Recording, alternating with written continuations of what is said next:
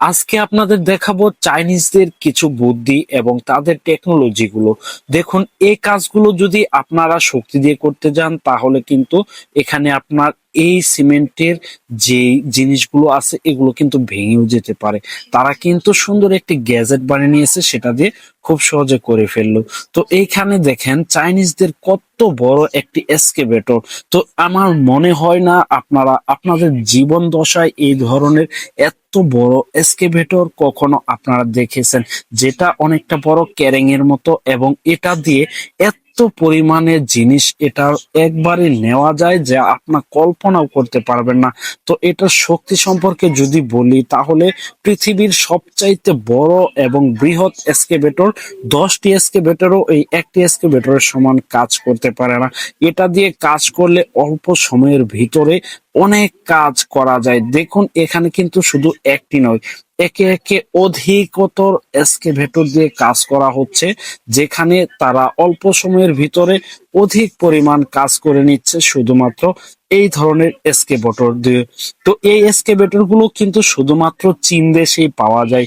চীনই একমাত্র সর্বপ্রথম তারা বুদ্ধি খাটিয়ে এই ধরনের এসকেভেটর গুলো তৈরি করেছে, যেটা দিয়ে কিনা তারা দেখেন অল্প খরচে অল্প সময়ের ভিতরে এই ধরনের ট্রেনের মতো বড় বড় জিনিসগুলো তারা অল্প সময়ের ভিতরে কিন্তু এই এসকেভেটর দিয়ে তারা মালগুলো লোড করে দিচ্ছে এবং আনলোডও করতে পারে।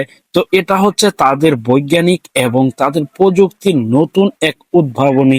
তো এখন যে জিনিসটি দেখতে পারবেন এটা হচ্ছে একটি ড্রোনের মাধ্যমে একটি ফাঁদ দিয়ে কিভাবে বন্য পশু পাখি বিভিন্ন জিনিস, যেমন অনেক কিছু গরু মহিষ হারিয়ে গেলে এগুলোর মাধ্যমে তারা এই খাঁচার মাধ্যমে তারা উপরে ফেলে, সেই বন্য প্রাণীর উপরে ফেলে তারা খুব সহজে ধরে ফেলে।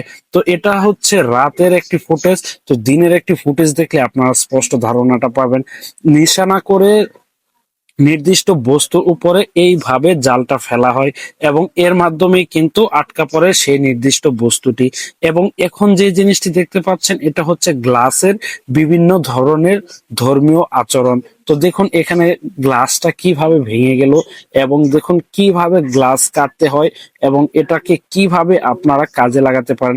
এই গ্লাসটা কিন্তু সহজে ভাঙলো না, কিন্তু হাতুড়ির স্পর্শে সহজে ভেঙে গেল। এবং এখানে দেখেন অনেকগুলো গ্লাস হাতুড়ি পিটা করে ভাঙা হচ্ছে। আর এইখানে দেখেন গাধা কি করলো, তার দুই পা দিয়ে লাথি মেরে গ্লাসটা ভেঙে দিল। এবং দেখেন এখানে এত জোরে জোরে মারার পরও কিন্তু ভাঙছে না। এবং এখানে দেখুন একটি গ্লাসের ডিজাইন করা হচ্ছে শুধুমাত্র বাড়ি দিয়ে দিয়ে। তো দেখুন কত সুন্দর ডিজাইন হয়ে যাচ্ছে।